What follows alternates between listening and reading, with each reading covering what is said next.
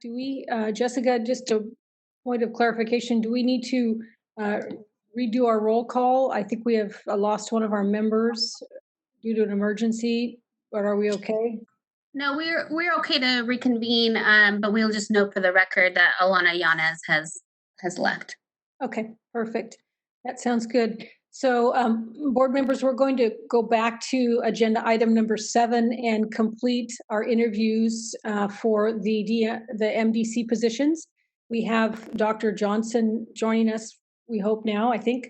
And and I believe that Cheryl, you will be the first person to ask a question. I'm keeping track. So Dr. Johnson, are you with us? I believe so.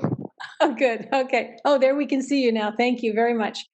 Before we get started with our questions, welcome very much. Thank you. Welcome. Thank you for joining us. We're very pleased to have you here.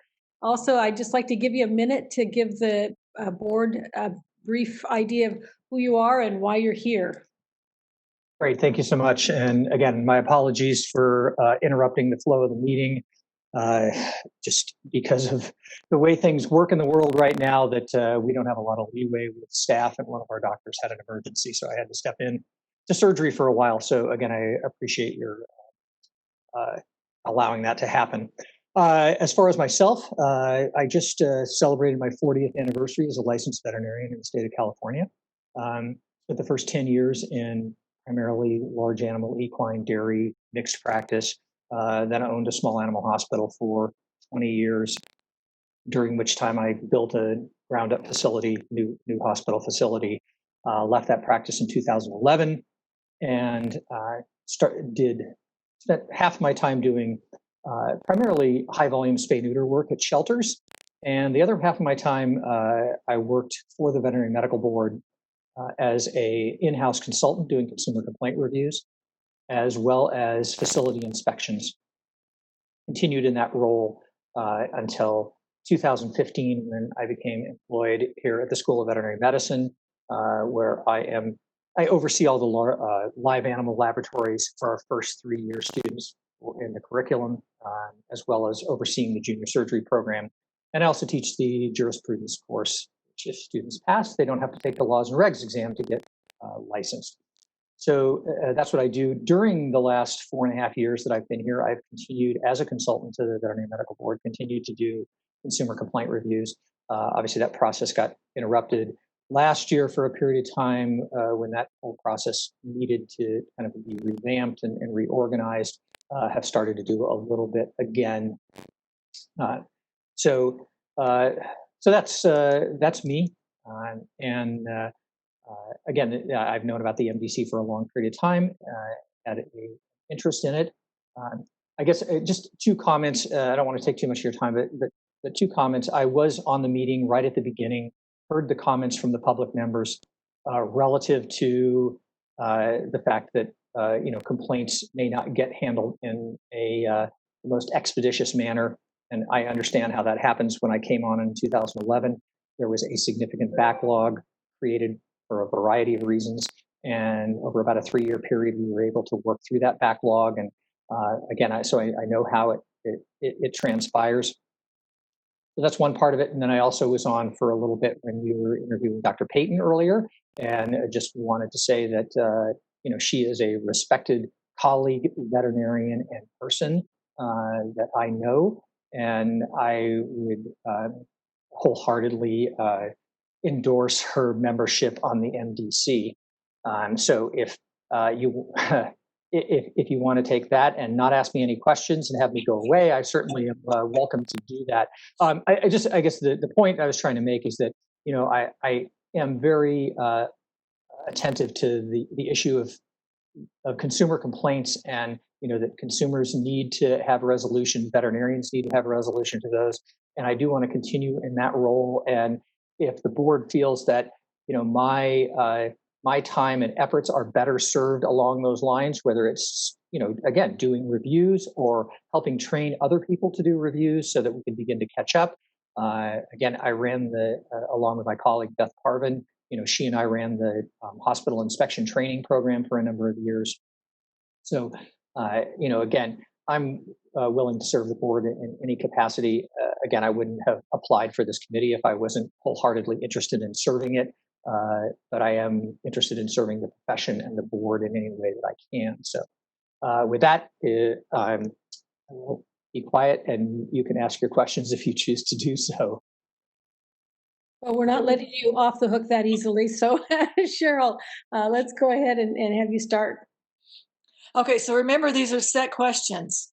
How are you familiar with the functions of a licensing board or committee and the laws governing veterinary medicine in California? Well, again, since 2011, I have been affiliated with the administrative activities of the Veterinary Medical Board in the role as in what was called an in-house consultant. In those duties, I reviewed a large number of consumer complaints over, again, up until current time. Also testified in formal disciplinary cases, and again, performed innumerable facility inspections, both routine and complaint-related facility inspections, during that time. In addition, again, as I said, I currently am the instructor for the jurisprudence course for the School of Veterinary Medicine, which again requires me to stay abreast of everything that happens from a regulatory standpoint regarding veterinary medicine in California. Thank you. Thank you, Dr. Johnson. I have the next question. How do you feel your education and experience have prepared you for this position? Well, I think that I'm a veterinarian, and I like to feel that I've been a lifelong learner. One of the blessings of being affiliated with the School of Veterinary Medicine is I am bombarded with information constantly that I might not be if I was in general practice. Although in this day and age where we have instant access to information, again, 35 years ago, everything sort of traveled word of mouth, and it took 4 or 5 years to get from the ivory tower out to us practitioners. Now it takes seconds. So I think that from that standpoint, I have stayed abreast of the profession. I again, as I said, I have experience in pretty much all aspects of the profession. Small animal, large animal, emergency, livestock, equine. So from that standpoint, I think my breadth of experience, allows me to sort of see the variety of needs of the profession. And again, my position here at the university allows me to see the fact that this profession is continuing to evolve into areas that I never thought possible and things that we're going to need to think of in the future. Great, thank you. I think that Alana, let's see, Kathy, next, Kathy.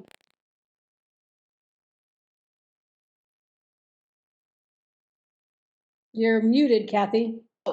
Oh, sorry about that. I was going to say, good afternoon. Nice to see you again, Dr. Johnson, and thank you for applying. Thank you. As you know, from your experience, recommendations made by the MDC are based on its consumer protection mandate and are not always popular with the general profession. How do you think, how would you be able to handle making decisions based on the needs of consumers and their pets, excuse me, that may be unpopular with your colleagues? Well, again, I've been in this situation, many times before doing doing complaint reviews and looking at it from the perspective of the consumer. And just because the consumer has a complaint doesn't mean it's always valid and that the veterinarian has always done something wrong.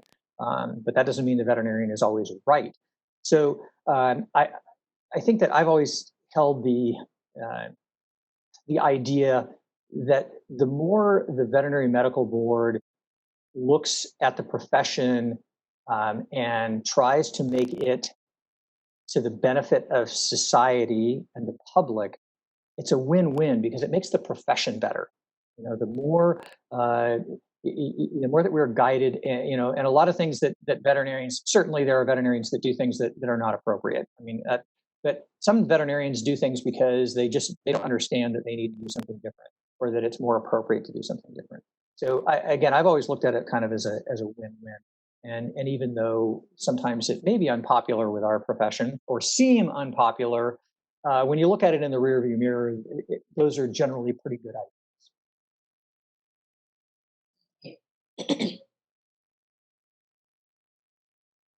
Christina, you have the next question. Okay, so hi, Dr. Johnson. Thanks for coming, and thank you for participating in the expert witness program and helping with that. It's something that I wish we had more support for, and just thank you for your dedication to the field also. So, and you've answered this a little bit, but are you familiar with current trends in veterinary medicine? And are there any issues that have affected you directly? Well, I guess that I'm an old guy. I always make jokes about that to the students. But again, not only a lifelong learner, but I've been involved in this, and I'm still involved in this profession. And so, yes, there are trends, some of which I have liked, some of which I have not liked. Some of which I think may ultimately decide. I've seen a lot of trends in veterinary medicine outside of the regulatory standpoint that are the next greatest thing, and 5 years later nobody's doing them anymore because they figured out that wasn't really the next greatest thing. So I think that again, having some longevity gives you perspective. As far as things that affect me directly, I think that things that have affected me directly, I know that there was a plea or statements early in this meeting about RVTs and also just qualified staff, both from a licensing standpoint and just a standpoint of providing the kind of care that is necessary in this profession. And I think that that's something that unfortunately the profession has done a horrible job of in the 40 years that I've been involved with it. When you look at the human medical profession, and there are 5 times the number of licensed or registered nurses there are than registered physicians. And in veterinary medicine, it's sort of just the opposite. Again, we have, and obviously there are a lot of reasons for that. It's not that we don't like we don't want to have technicians. Again, there's a lot of economic factors there that have prohibited that. But I think that that's something that, for as long as I can, remember, that it's something that I've felt we need to do something. Obviously, I haven't had the answer. Otherwise, I'd be preaching it. But I think that that's something that we need to look at. How can we not only bring more paraprofessional staff into the profession, but treat them in a manner that they'll stay in the profession.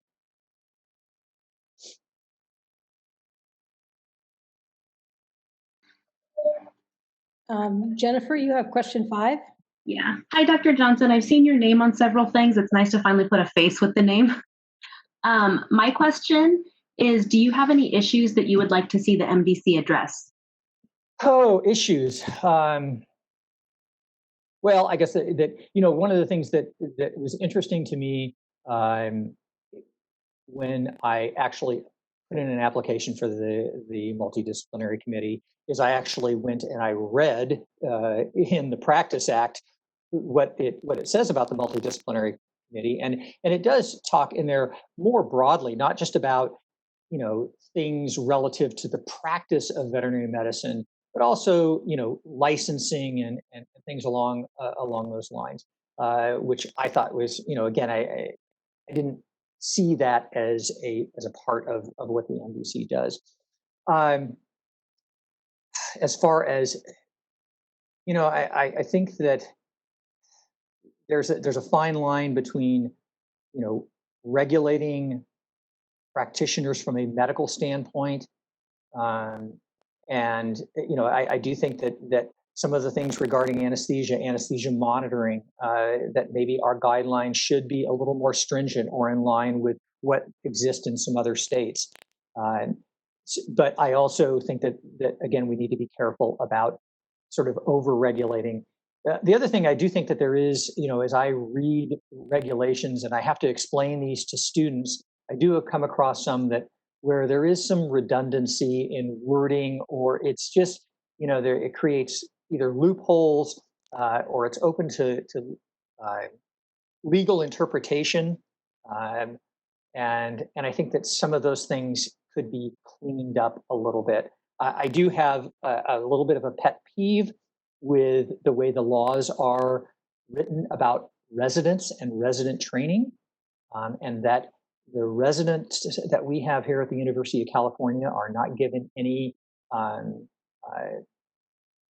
Sorry, I can't think of the word. Any credit for the clinical hours that they spend here, whereas a resident in another state, and I'm talking about a veterinary resident. I'm not talking about a geographical resident. If I do a residency at Cornell for 3 years, I get credit for all those hours towards my license here. If I do a residency in California, I don't. I think it's interpretation of the law. It's not the way the law is written. And so anyway, that's one that I have a little pet peeve about. But anyway, so I think that I've said enough about that.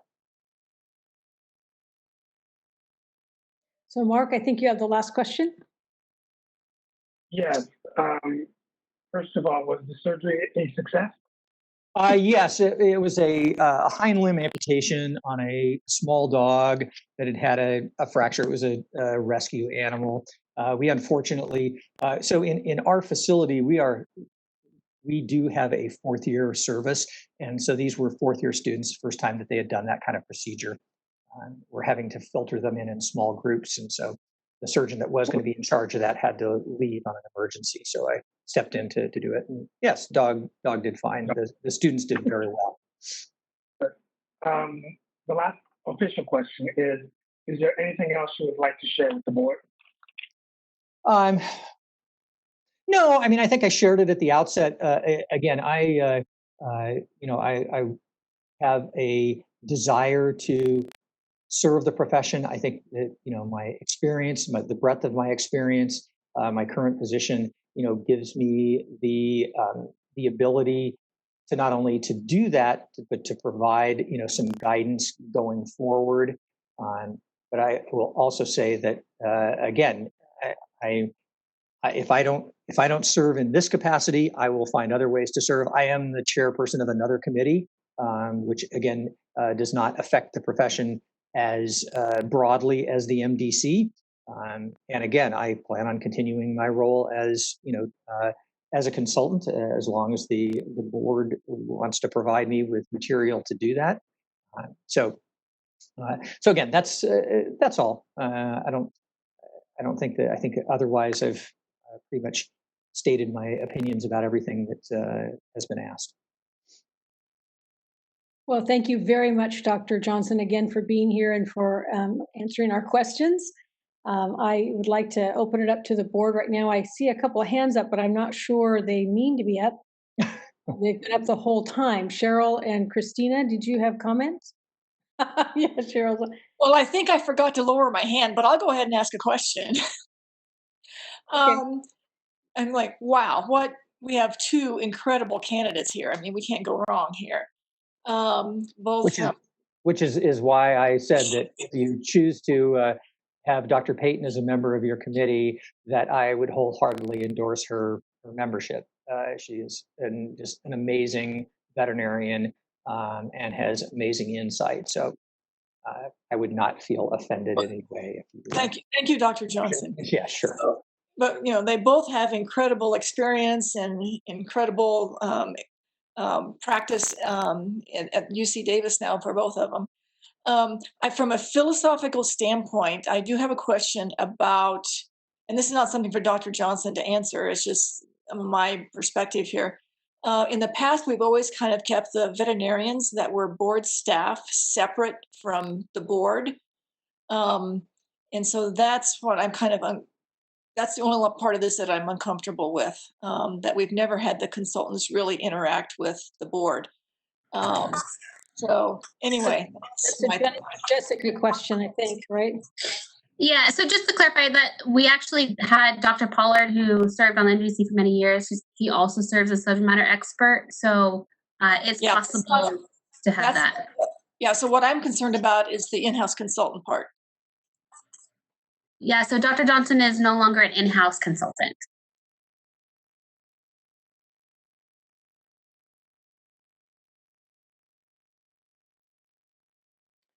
Okay, Jennifer, Laredo, your hand is up. Yeah, so I think, excuse me, the cat is very involved.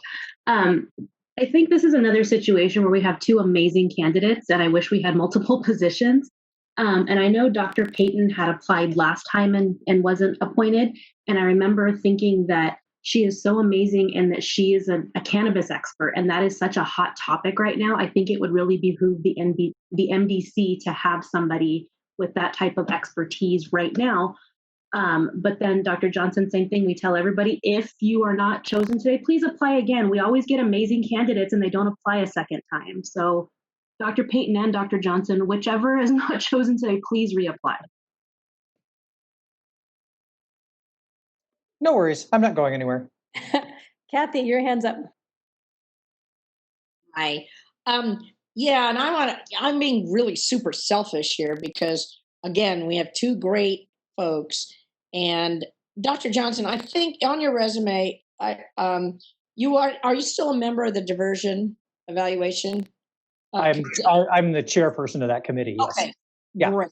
Okay, yeah. Great. I mean, you just have had such a wealth of experience with the board and will continue to do it. I sort of like, I mean, it's like I say, very selfish.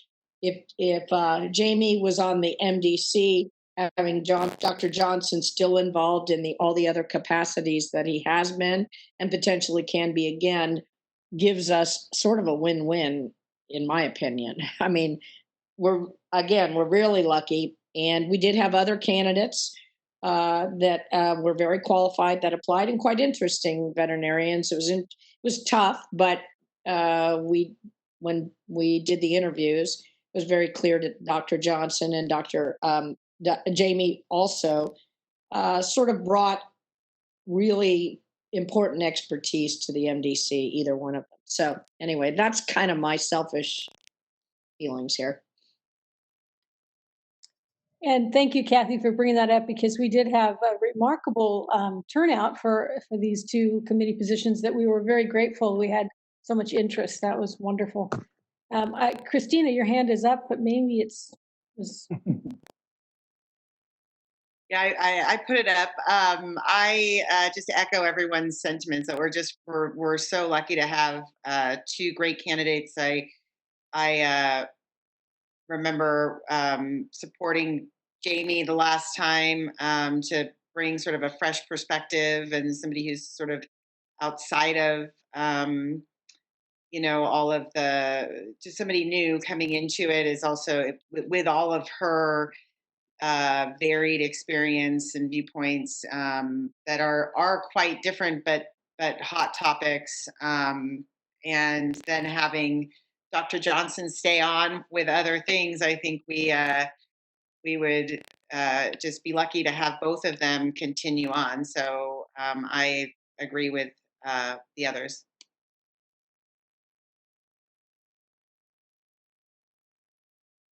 Do I hear anyone making a motion? Well, I don't hear anyone making a motion. So does somebody want to, or? Okay, this is Cheryl. I move that we appoint Dr. Payton to the MDC. I second. Okay, we have a motion. I didn't hear who seconded that. I did, Christina. Oh, Christina. Okay, thank you. Any further discussion?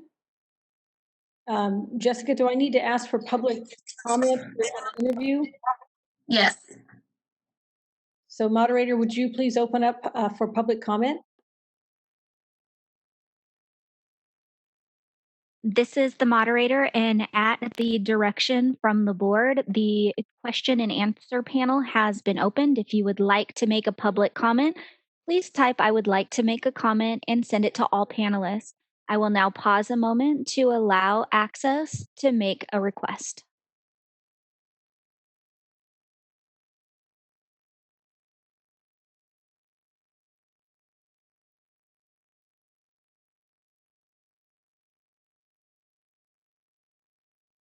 No requests have been submitted. Would you like me to close this feature? Yes, please. So we have a motion and it's been seconded. So I like a call for the roll. Ms. Bowler? Aye. Dr. Bradbury? Yes. Ms. Laredo? Yes. Dr. Nunez, Yes. Ms. Prado, Yes. Dr. Waterhouse, Yes. Ms. Yanes is absent. Dr. Noland, Yes. motion carries.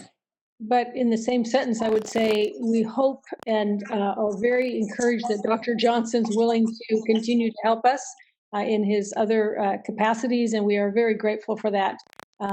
Dr. Johnson, thank you for being with us today. Really appreciate it.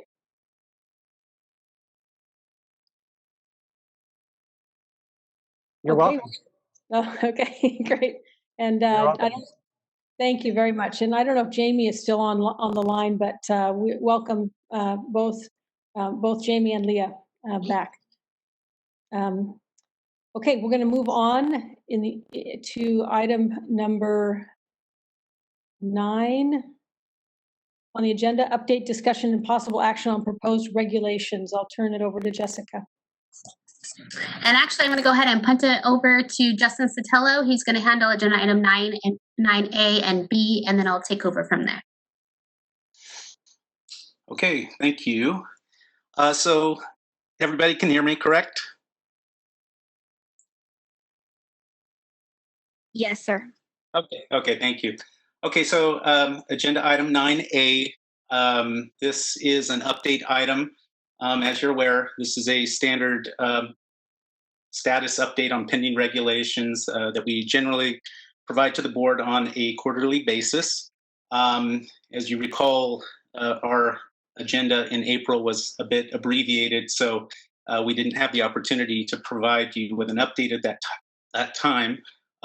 So we're providing you with an update, a listing of any regulatory changes, updates, and actions that have occurred since January of this year. So that's what you're seeing on the memo. It's just a listing of all the updates since January. The subheadings in bold will provide the current status or the latest action on a specific package, while the narrative beneath that subheading will summarize all of the actions or steps that have occurred since January. Similarly, in the attachment to this item, I'm sorry, Justin, I'm sorry to interrupt you, Justin, but I'm not sure where you are. I apologize. Am I looking at the memo? Sorry, Jessica, do you still have control? Or if somebody could scroll to As the moderator, Justin, I have given you the presenter role, so you are able to share your screen content by clicking the share content button. Okay. Okay, sorry about that. Okay, can everybody see that now? Okay, perfect. Okay, so here we go. So the memo, as I was mentioning, each reg package, the title of it is highlighted in bold. You will see the current status of that package or the latest action. And as I mentioned, under each one, you'll also see a bit of narrative that will also summarize everything that has taken place since January. Okay, so I wasn't prepared to talk on anything specifically, but I'll be happy to answer any questions. The other thing I was just going to mention in the attachment, again, just a visual representation of each package and where it's at in the review process. Anything that you see in red with red text is going to summarize any actions or updates that have occurred since January. So with that, again, this is just an update, not an action item, but happy to take any questions you may have. Well, would it be horrendous of me, Justin, to ask you to actually just briefly mention each one? I know you're not prepared to do that, but as you scroll through them, it just helps us as a board, I think, to kind of refresh our memory. So you could even use your pictorial, we call it the trains to talk. Gotcha. Yeah. Okay. I can go. You want to go to the attachment then? Would that be easier? Yes, I think that would be easier. Okay, let's do that. Okay, so the first one listed here is our fee schedule proposal. And as you are well aware, the emergency fee increase took effect earlier this year. As a result of that, we're required to move forward and to submit the certificate of compliance with the Office of Administrative Law. Since the fee went into effect, as you recall, we also added a new application fee under CCR section 2071. This was an application fee to approve RVT schools and programs. So that occurred in April. As a result of that, we did have to kind of go back and revise the package a bit and work with the department to, like I said, update the documents and push it back through DCA. As we've talked about, this also, the certificate of compliance is also required to be submitted back to OAL within 180 days. So we were pushing up against that deadline.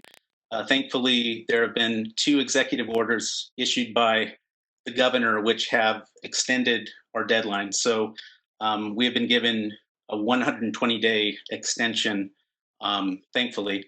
And so the package has been revised, revamped, is working back through the department. In fact, I got notified today that it is on the director's desk, and we are asking that it be expedited through the director back to agency. It will once again require a public comment period, a 45-day public comment period.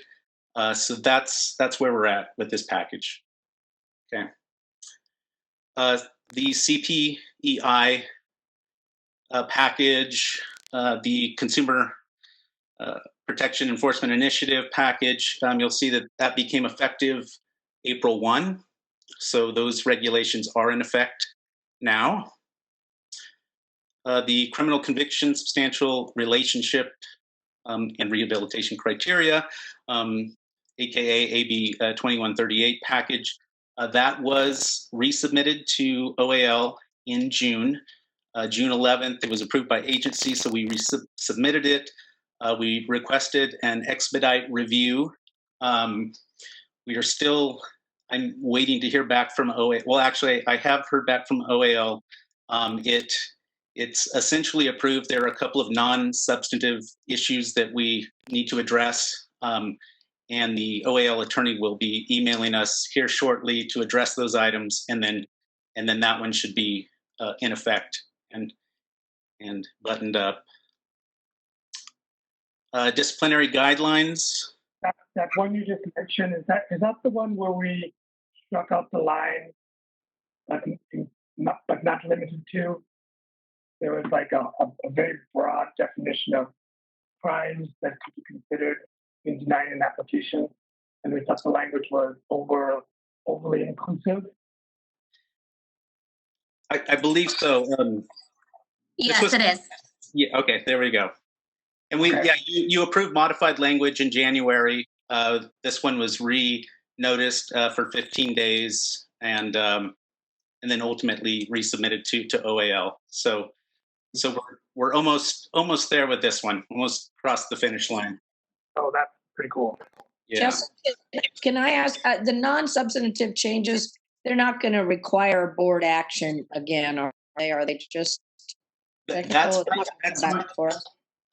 that is my understanding. I've asked that they submit those to us via email, so we have it in writing, but I was led to believe by the OAL attorney that they are minor, non-substantive, that we can essentially just address without any issue or having to take it back to the board. Yes. Okay, so a number of these, I'll just touch on briefly. Basically, they've kind of made it through the DCA review process. They've been approved by agency. At that point, we are able to notice it, publish it with OAL. That opens up the 45-day comment period. So that's where we're at with disciplinary guidelines. It was just recently published on the 17th of this month, and will be out for public comment until the end of August. So that's where we're at with that one. Rvt Education, and I apologize, it looks like some of the text has cut off there at the top left-hand corner. This is one, I believe, Jessica, you'll be presenting on this one today. There's some additional modified text that we were asking the board to consider on this one, but this one has been moving forward. It was published. We just completed the 45. Let's see if I'm getting this straight here. I'm sorry. Basically, yes, it's moving forward, but we have some modified text for you to consider again, and then we'll be moving this forward as well. Drug compounding, another one that has been approved by the department, at least initially, an agency. It's been published with OAL. It is out for a 45-day comment period right now, which closes at the end of August. Animal physical rehabilitation. As you know, we have a scheduled hearing scheduled for August 13th. This package did go through the 45-day comment period.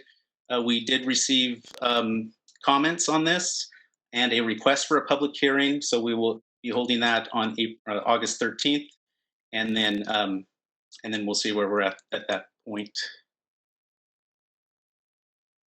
Rvt Emergency Animal Care. Again, another one that has been approved by the department. The director agency was published in June. That comment period actually just closed just on Monday. So we can start moving forward with the final phase of the process for that one. Will we be getting a for the public hearing on what we have? I'm sorry, I didn't catch all. Dr. Nunez. Dr. Nunez, it sounds like you're asking about the information with the public hearing for animal rehab. Is that correct? Yeah, I assume that's going to be online. So it will be. Okay. Yes. Yeah. So be looking for that. Yeah, be looking for that early next week. We'll be finalizing the notice and sending it out, and also sending information to all of you. Thank you. Okay. And Justin, I have a quick question. Did we get very many public comments on the emergency care that we were just talking about? Emergency care. I have my notes here. I want to say we received two comments. Okay, Rvt Emergency Animal Care. We've received 2 letters of support, 1 letter of concern.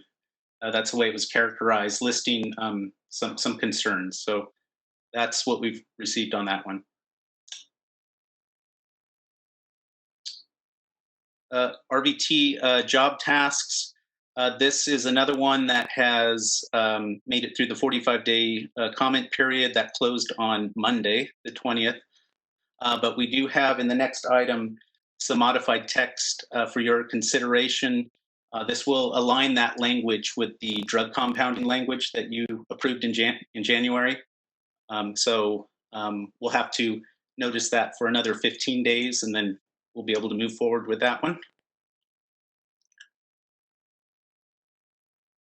Duties of a supervising veterinarian. Again, another one it's currently out. It's the 45-day public comment period that will close on August 3rd. And then again, we can finalize these packages and move them forward through the final phase. VCPRs, again, another one that was published in June. That 45-day comment period closed on Monday. Comments on that one. Just taking a look. I think we received 2 letters of support. That one.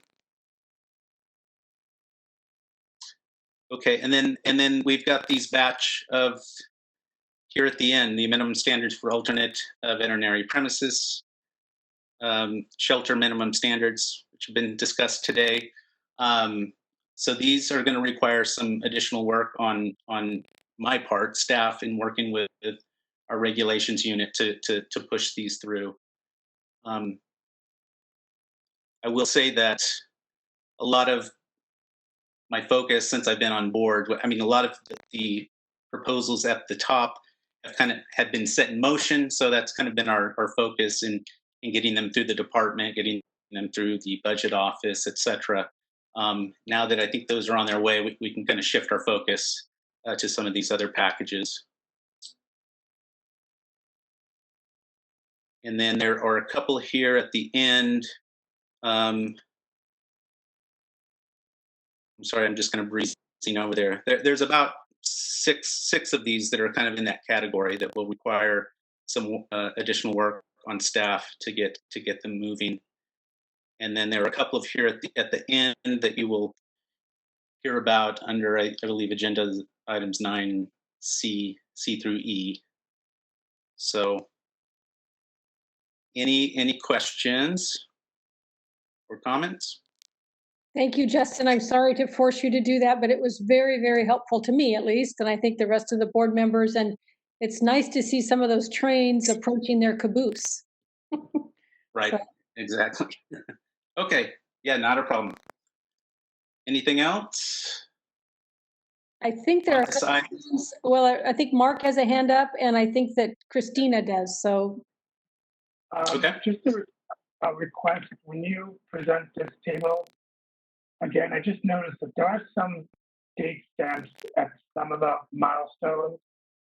But can you put the initial date on it when the regulation was proposed?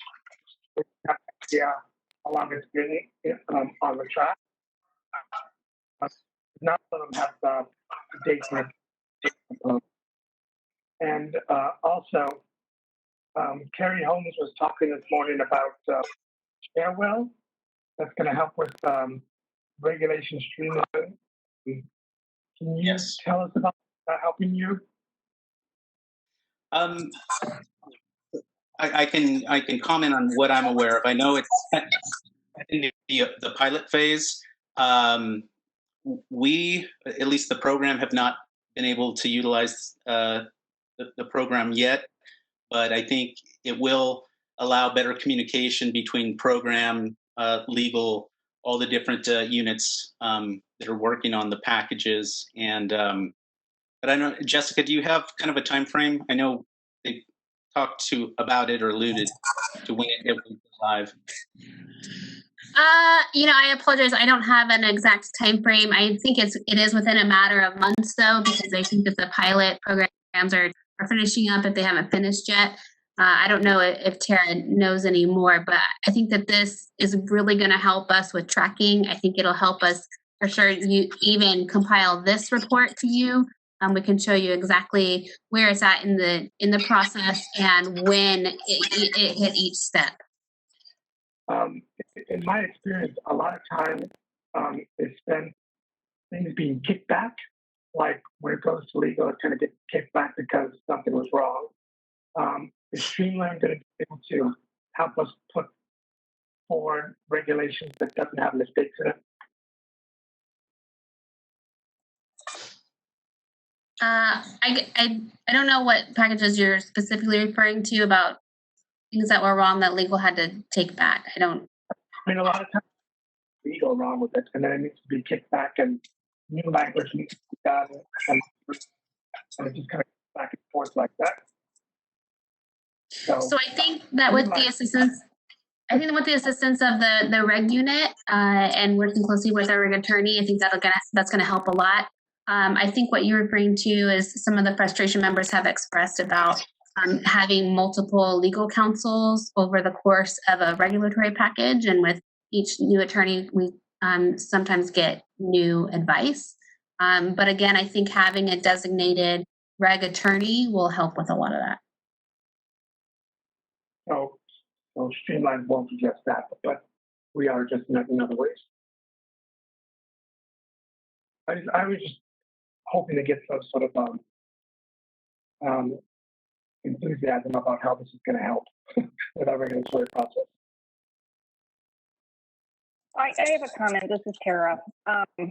So I think it's really going to help, especially right now since everyone's working from home. It's going to be, Sharewell is going to be where all of the documents are maintained. So Justin is no longer going to have to prepare a paper binder that gets shuttled to DCA through the various offices over to the director's office. Right now, we've been having to utilize more technology anyway through emails, but Sharewell is going to help the board figure out where the package is in the review process. So it's going to be a lot easier to figure out. And also, he can access the documents. There's going to be version control, so everybody knows what's the most recent document to work off of.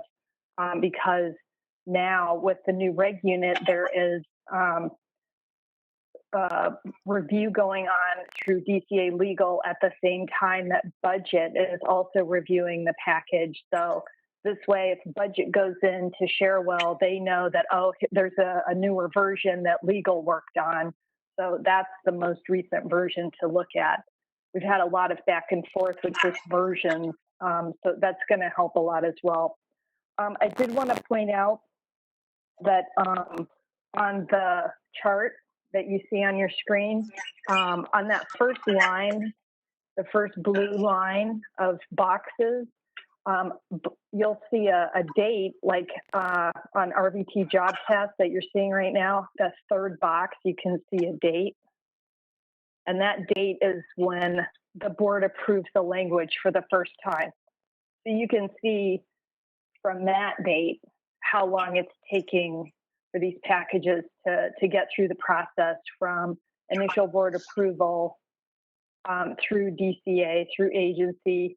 And I do need to warn you that you're going to have a couple of these packages coming back, like today. They get through the 45-day process, and through that, we realize, you know what, we need to address a couple more things. And perhaps that's a good segue into our next item, 9B. Yeah. Are you guys, can we move on to 9B? Oh, Dr. Bradbury?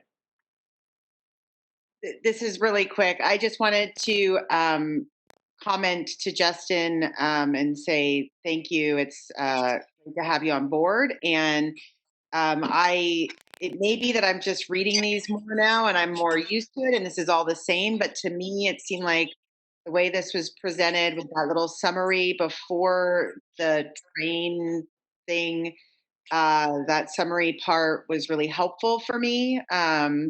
And how you presented it with the red being the newer stuff. I just wanted to say I could follow this a lot better somehow. And I appreciate your work. So thank you. Thank you. Thank you. And I would say ditto. Thank you so much, Justin. Really appreciate it. Are you handling B as well, 9B? I think. Yes, I am. Okay. Let me get over to that. Let's see.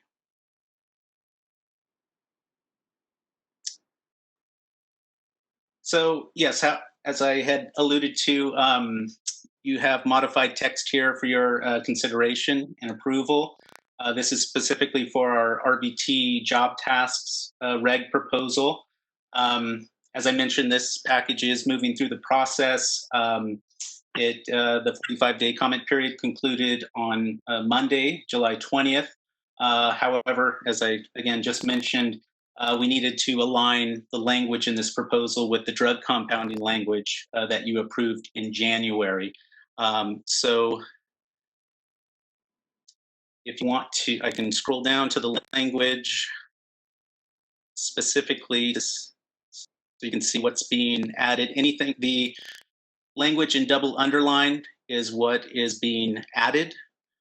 So we're adding the drug compounding from bulk substances language to subsection B, which pertains to the procedures an RVT may perform under the direct supervision of a licensed veterinarian. And then further down in C3, we did have drug compounding there before, but we're adding from non-bulk substances. and subsection C deals with indirect supervision of an RVT. So I don't, Terry, was there anything else you wanted to add? No, I mean, I can point you to the language that you recently changed in the drug compounding package last January. What you did with the drug compounding changes was address the new FDA guidance that tweaked the ability of RVTs to compound drugs. And under that FDA guidance for veterinary medications, I'm getting some feedback. Thank you. Under that FDA guidance, it specifically states that RVTs should only be able to. RVT should only be able. Go ahead. I was just going to say, I think it was Justin, but he already muted, so I was trying to help you with the background. Thank you. RVT should only be able to compound drugs as long as they're not the bulk substances. So what Justin has pulled up on the screen here is the drug compounding package, and you just recently approved new section 2090 subsection B, which limits compounding from bulk substances to be performed by RVTs only under the direct supervision of a veterinarian. So today's Rvt job tasks need to reflect that limitation. So that's what we're doing here. We're just conforming the two different rulemaking packages as they're going through the process. So if you're okay with these revisions to the Rvt job tasks, we'd like you to consider a motion, the language of which is provided on page 2 of the memo. And this one would only need a 15-day public comment period because we've already completed the 45-day public comment period. Okay, I think Cheryl has her hand up. I move that we approve the modified text for the Rvt job task as described in this document. Is there anything else I need to add to that motion? You have to read the whole thing. I'll read it. I have a few hands up. Mark and Kathy, were you going to second, or did you have comments or questions? Well, I can't second that. That's not the whole thing. So I would like to motion to approve the modified test for a 15-day comment period. And if there are no adverse comments received during that 15-day public comment period, delegate to the executive officer the authority to adopt the proposal, the proposed regulatory changes as modified, and also delegate to the executive officer the authority to make any technical or non-substantive changes that may be required in completing the rulemaking file. And that's how you do it. Cheryl, do you second that? I second that. Thank you. We have Mark proposing that and Cheryl seconding it. I still have Kathy with her hand up. Yeah, I was going to make the motion for anyway too, so that's fine. I just had a quick question for the vets. What's a bulk substance when you're talking about compounding? I just couldn't remember back. It's not using a commercial product. It's like you order from, how do I explain this? Just like at a grocery store, you're not ordering flour.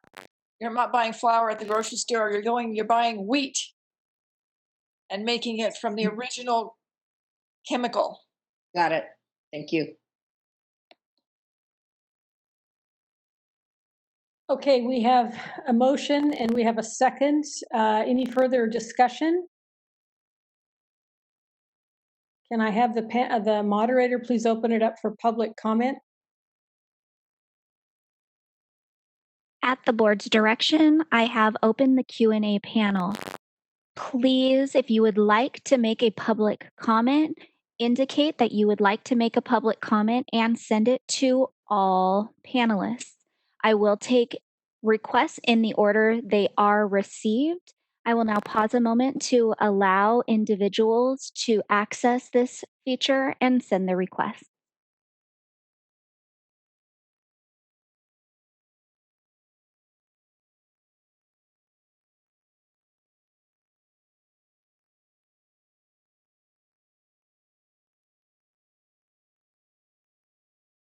No requests have been submitted. Would you like me to close this feature? Yes, please. Feature has been closed. Thank you. I would like to ask for the call for the roll. Ms. Buller, Aye. Sorry. Dr. Bradbury, Yes. Ms. Laredo, Yes. Dr. Nunez, Ms. Prado, Yes. Dr. Waterhouse, Yes. Ms. Llanos is absent, Dr. Noland, Yes, and motion carries. okay. So we'll move on to 9C, and I'll give the floor back to you, Jessica. Okay, let me share my screen in a second. Oh, there we go.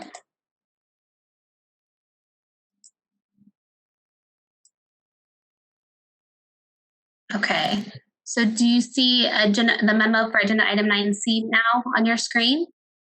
Yes. Okay, thank you. Okay, so this is for section 2068.5. This has been a package that is already approved by the board and has gone through the initial review phase with DCA and was approved to submit for public comment. However, there was a couple changes that I felt were necessary for the board to consider, and rather than post it for 45 days, bring it back to the board, and then repost it again for another 15 days, we felt it was less confusing to the public to have the board address it all at once right now. The first one was just a minor correction or minor readjustment of the language, just as a request from agency. We didn't have any concerns with this reassessment, but you can see just how they kind of just rearranged the verbiage, and they thought it was better for clarity.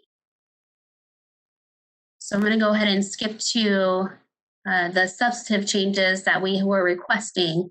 The first one is, well, actually, I'm going to take them both at the same time. It's related to the experience and the education that an RVT applicant must complete for the alternate route. Currently, the regulation is before you. The education and experience can only be good for 5 years, so it essentially expires after 5 years. And there's also a requirement that the education itself not be completed, and it can't be completed in no less than 24 months. I've heard some background of why this was put in place, and there was some concerns to make sure that the RVT applicant has current education and experience, which is why the initial 5 years was put into play. However, I think it should be noted that this is a unique requirement. It's not something that we do for veterinarians. We don't expire education or experience. And so I'd like the board to reconsider if this is necessary for consumer protection. Another thing is the 24 months, the concern that I was told is essentially that you don't want them rushing through the curriculum. However, again, there's no similar requirement anywhere else. And I think especially in today's times, it's possible to do a fairly quick curriculum as long as they're meeting the same amount of hours. They're meeting what the board is requesting. So I don't understand why we would need to say that it cannot be completed in less than 24 months.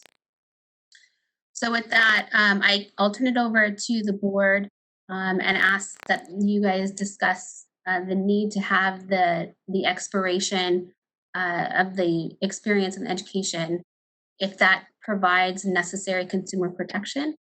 Another thing, sorry, I wanted to mention is that this expiring the education experience after 5 years is incredibly cumbersome for staff as well, not just the RVT applicants, because staff is having to constantly reevaluate as courses drop off because they become too old, or the experience. It's a pretty lengthy process that's added, and there's no known consumer protection benefit to this requirement. So with that, I'll turn it over to the members.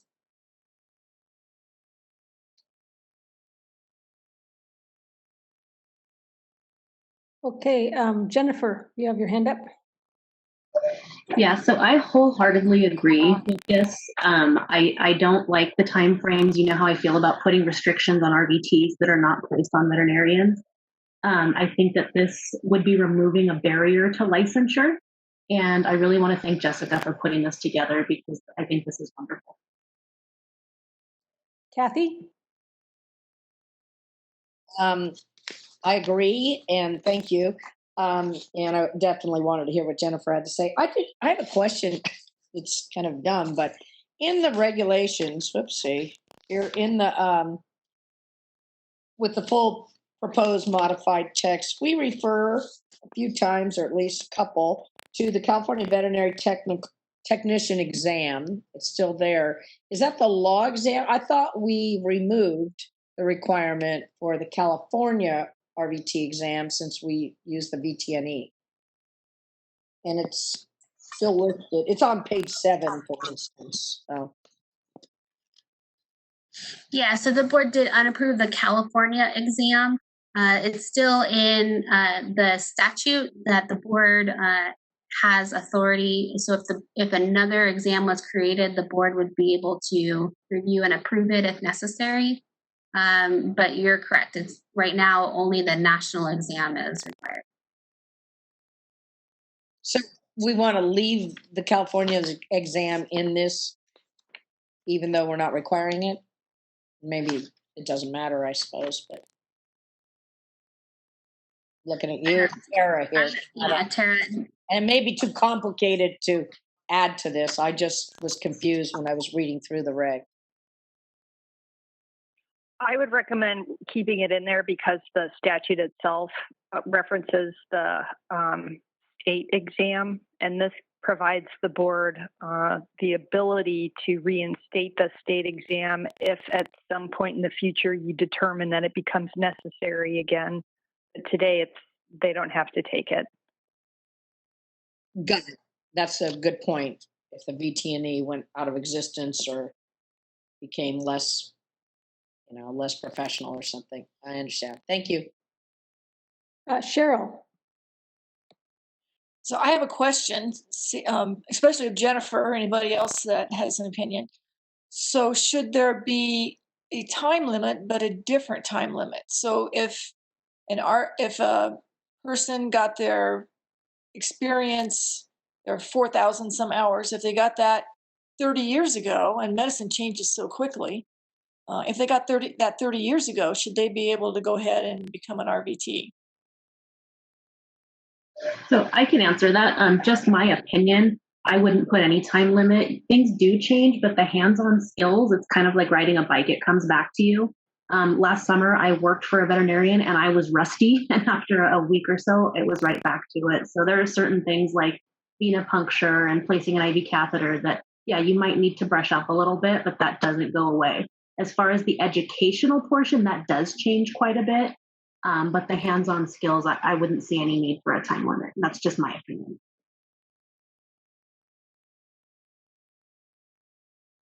Any other responses to Cheryl? Okay, Mark, I think, is next.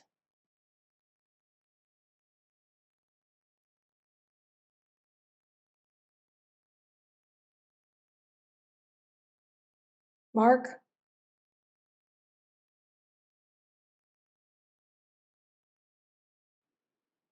That's unmute, sorry.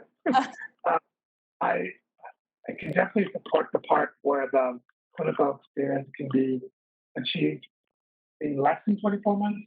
That just makes sense because that's what students that go through an RVT program do. But I kind of tend to agree with Cheryl about I think there should be the educational and clinical experience should expire after a certain amount of time, and that statement, there's no expiration for veterinarian applicants, maybe we should consider that too. Is this an application to take the test or an application to get the license? Because if you have to take the test, then if your experience is old, you'll probably. But is this an application to get the license?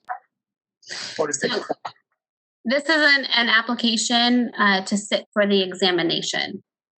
Well, maybe that question is asked, not all your experience 30 years ago, you probably won't pass, right?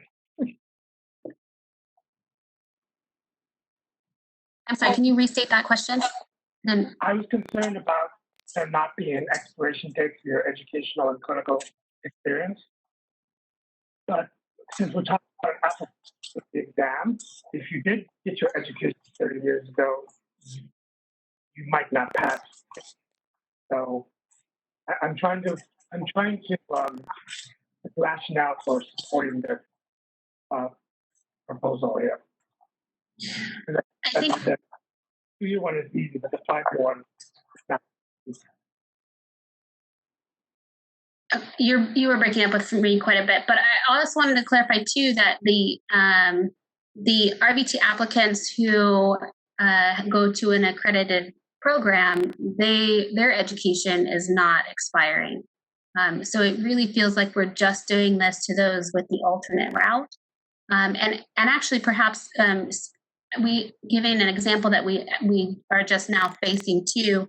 We have an RVT licensee in California who wants to go to another state and become licensed.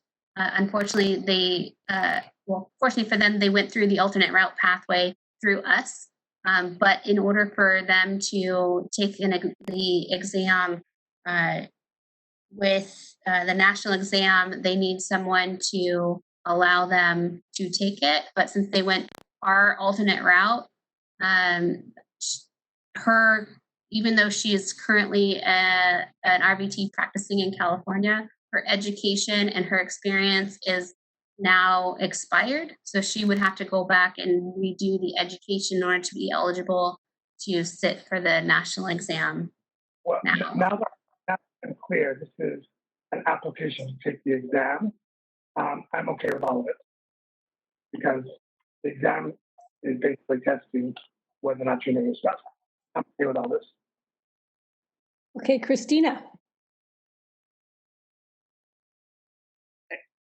So I was having the same thoughts about like if there was a veterinarian that went through a vet DVM program 30 years ago and then now was applying to get their license, is there no requirement for like continuing showing that they had continuing education or anything like that? Well, I think that should be looked at. And also, They have to pass the test though, Christina. So this is an application to just take the boards. Yeah, no, I understand that. I guess the other, anyway, I think that the test itself will weed a lot of people out. But even if a veterinarian was let their license lapse for several years and needed to come back, like we're asking people to do continuing education and things. So I think I'm okay with this, but I it does make me wonder that there's an ability to just kind of come in and maybe study for the boards and not really know what the total, not for RVTs. I'm actually more worried about the veterinarians, frankly. So anyway, I'd be supportive of this language. Okay, I don't see any other comments. Do we have a motion? Public comment or public comments already? I know I need a motion first. Kathy? Yeah, I'll make a motion. Do you want me to read the whole motion and then we'll go to public comment if it's seconded? Yes. Okay. And make a motion to approve the proposed regulatory changes, direct the executive officer to take all steps necessary to initiate the rulemaking process, authorize the executive officer to make any technical or non-substantive changes to the rulemaking package, notice the proposed text for a 45-day comment period.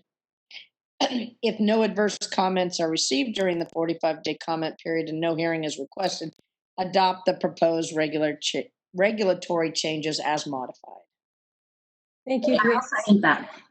Okay, we have a second from Jennifer. Any more comments by the board? I've got a few hands up, but I think they're old. Kathy or Christine, they're old. Okay. Moderator, would you mind opening it up for public comment? This is the moderator, and as directed by the board, I have opened the question and answer feature. If you would like to make a public comment, please click on the icon with a question mark within the square located at the bottom center of your WebEx screen. In the Ask field, typically at the lower right of the WebEx screen, type I would like to make a public comment and send it to all panelists. I will take comments in the order that they are received. I will pause a moment to allow individuals to access this feature and submit their requests.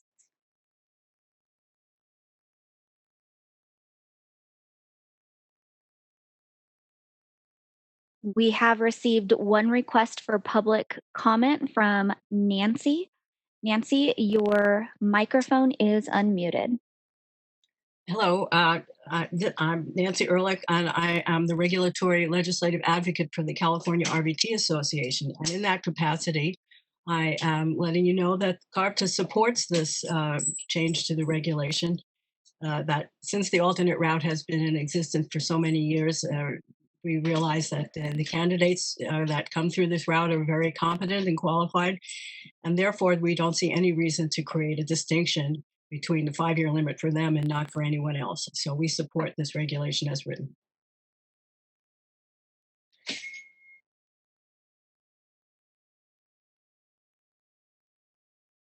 No additional requests for public comment have been submitted. Would you like me to close this feature? Yes, please. Feature has been closed. Thank you. So without any further comments from the board, and I don't see any hands raised anymore, we'll go ahead and call for the vote. Ms. Buller? Aye. Dr. Bradbury? Yes. Ms. Laredo? Enthusiastic, yes. Dr. Nunez? Ms. Prado? Yes. Dr. Waterhouse? Yes. Ms. Yanis is absent. Dr. Noland? Yes. Motion carries. Great. So I will go ahead and have you go on to item number D. Okay, I need to share my content again. Moving on the moderator. There we go.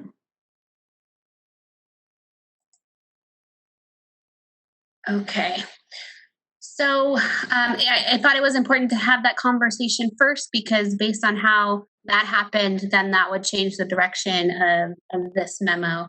Members, this is related to section 2010 of our regulations. Right now, applicants, if they fail an examination, they must reapply and pay the fees again. With the exception of our alternate route education and experience that we would have to review for eligibility, there's really nothing else for my staff to do. Once the applicants are deemed eligible, that eligibility itself doesn't expire.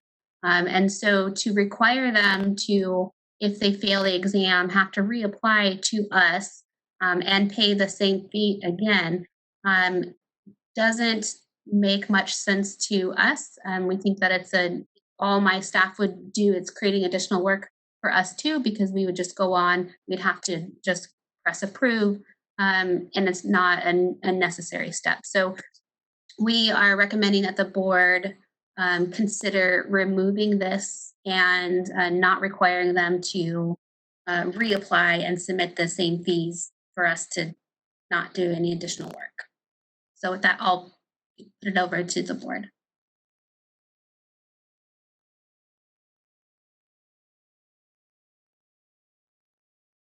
Okay, I see Kathy has her hand up, and then Jennifer, and then Cheryl.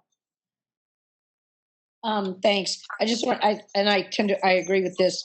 This applies to veterinarian applicants, RVTs, right? All applicants, just not RVTs. Okay, thank you. So, Jennifer?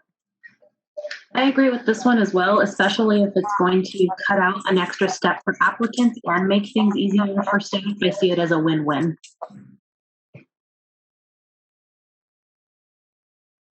Cheryl? How does this affect our budget? What's the kind of revenue that we received because of this? So I don't have those numbers readily available, and that's something that I can come back to the board with if you'd like. I don't think it's a high percentage of revenue that we would be missing out on. And I think that our focus should be more on removing barriers if consumer protection can still happen. But that's certainly something that I can provide. I apologize, I don't have that revenue ready. This only makes sense, and so I'm in favor of it. I was just curious to see how it might affect our budget since we've had an issue with that too. Yeah, that's something that I can bring back at the next board meeting so the members know what the direct impact will be. Christina? So this makes sense to me too. I guess the only thing that I would be a little concerned about is if a few years went by and there isn't, I think when they initially apply, they're signing that they haven't had any, run-ins with the law and things like that. So perhaps, there's just something that they have to sign to say that none of that has changed. Or is there, I guess that would be my only concern if a lot of time had passed. So. Right. So this is the application for the examination when they apply for their license. So once they met all the requirements and they apply, they have to answer the same question again when it comes to discipline or convictions. Actually, take that away because conviction questions will be removed. But we still will have their fingerprints, and so if they get fingerprinted in the beginning and then something subsequently happens, then we would have that information regardless. Great, that's awesome. Thank you. Okay, anyone want to make a motion?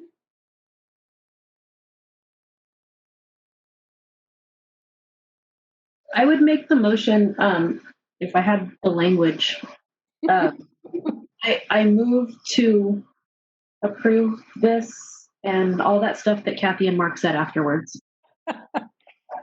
Do you want someone else to read it for you? Please. Do we want Tara to read it? Yeah, Tara. I'll try with Tara. All right. Well, and we got to be careful with these motions because some of them are 15-day and some of them are 45. Okay. So this one is a 45, and the motion is to approve the proposed regulatory changes, direct the executive officer to take all steps necessary to initiate the rulemaking process, authorize the executive officer to make any technical or non-substantive changes to the rulemaking package, notice the proposed text for a 45-day comment period, and if no adverse comments are received during the 45-day comment period and no hearing is requested, adopt the proposed regulatory changes as modified. I'll second it. Okay, we have a second. Moderator, would you go ahead and open it up for public comment, please? This is your moderator, and I have opened the Q&A panel. If you would like to make a comment, please type "I would like to make a comment" and send to all panelists. I will take comments in the order that they are received. I will now pause a moment to allow people to access the Q&A feature and submit their requests.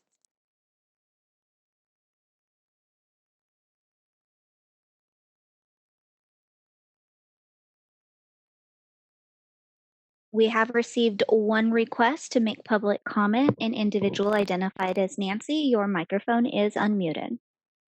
Hi, this is Nancy Ehrlich again, and on behalf of the California RVT Association, I would like to tell you that we support this strongly. Thank you.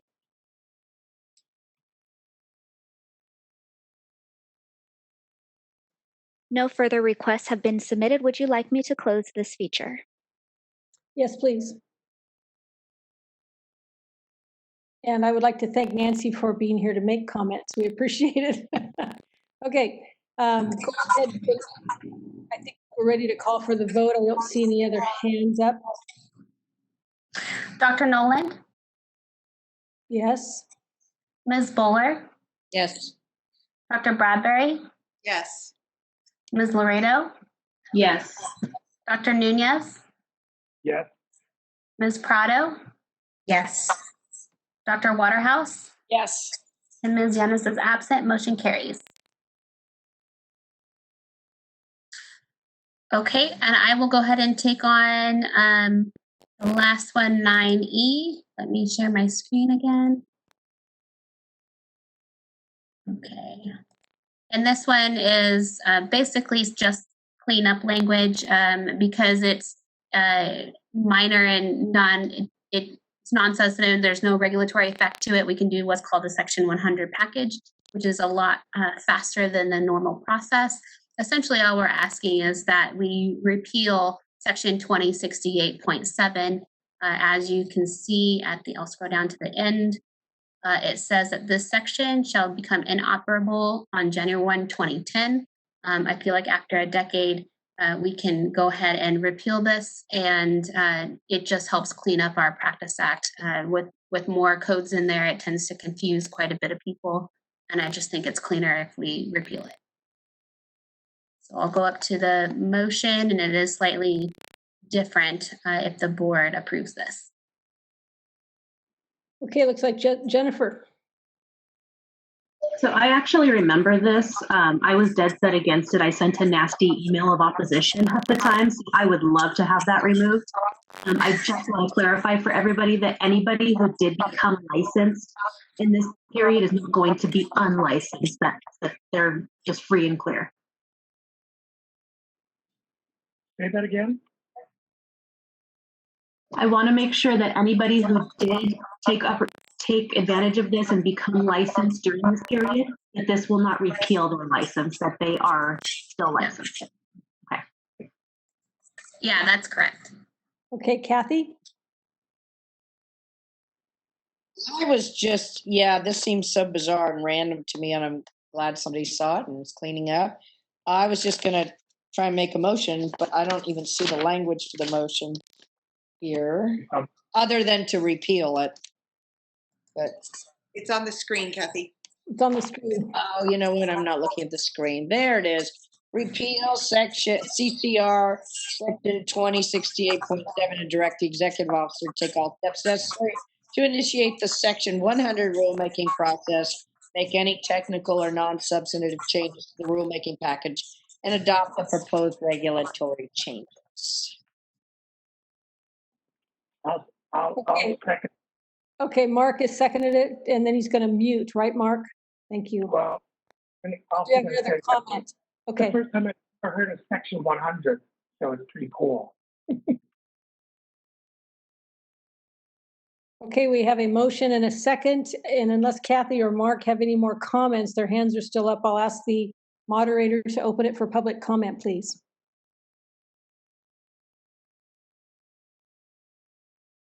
This is the moderator, and at the direction of the board, I have opened the Q&A panel. If you would like to make a public comment, please submit. I would like to make a comment and send to all panelists. I will take all comment requests in the order that they are received. I will now pause a moment to allow individuals to access the Q&A panel.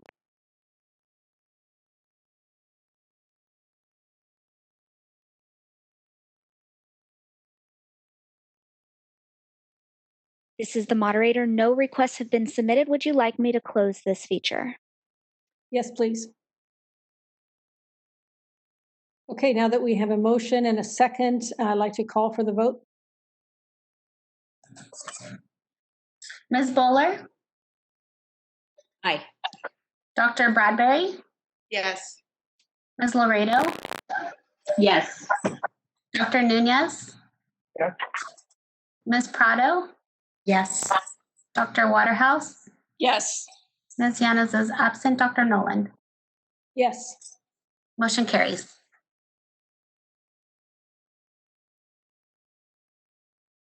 Okay, we're pushing up against our next break. If I write my notes, I could go ahead and give my report quickly so that we can break on time.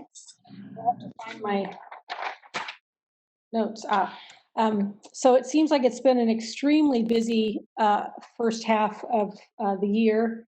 We've had actually 6 meetings this year, folks, which has to be a record as far as I know. And I think probably Jessica and Kathy and I have talked every few weeks, if not more frequently. We have been in almost, it seems like, weekly contact. So I did not record every meeting that we had. We did interview quite a few candidates. That took a pretty good chunk of time. But other than that, the meetings were really about all sorts of changes that we had to address, and much of it legislative issues and whatnot. We did meet on July 14th. I think Jessica and I met on July 14th with the CVMA Antibiotic Usage and Stewardship Committee. That's the AUS. Annette Jones was present, and Dennis and his group also. And so it was, I think, a very good meeting. I do think that it is a step in the right direction for us to meet occasionally with the CDFA, because I think that we share some joint mission statements, and I was very pleased to see them reach out and also to have that meeting occur. I thought that was very helpful. And just to make it public, we will be tomorrow in closed session evaluating our executive officer, and so we will have some time to do that, and looking forward to doing that. I have been very impressed with not only Jessica's work ethic. It's been remarkable. I mean, she texts me in the weekends, at nights, early in the morning, and her whole staff has been working so diligently. I know it's frustrating, and it's discouraging sometimes to look at our numbers and to feel like we're always under the gun and behind. But boy, they've been working extremely hard, and the new members have been really, really effective. We have had 2 Board of Governor meetings, I think. Is that right, Jessica? 2 since this also, which is also unheard of. And both of those Board of Governor meetings, members of the CVMA Board of Governors spoke very highly of Jessica and her team, and we're very appreciative of how hard they're working and what they've done. So I thought that was encouraging as well, and I appreciated that. So that's my quick board president report. Any questions for me? I have a comment. Thank you. I would like to say that none of us have ever received training on how to run WebEx meetings, and I wanted to commend you for doing a good job in this brand new form of ours. I know it's tough to keep the meeting moving and getting everyone participating, but you've done a great job too.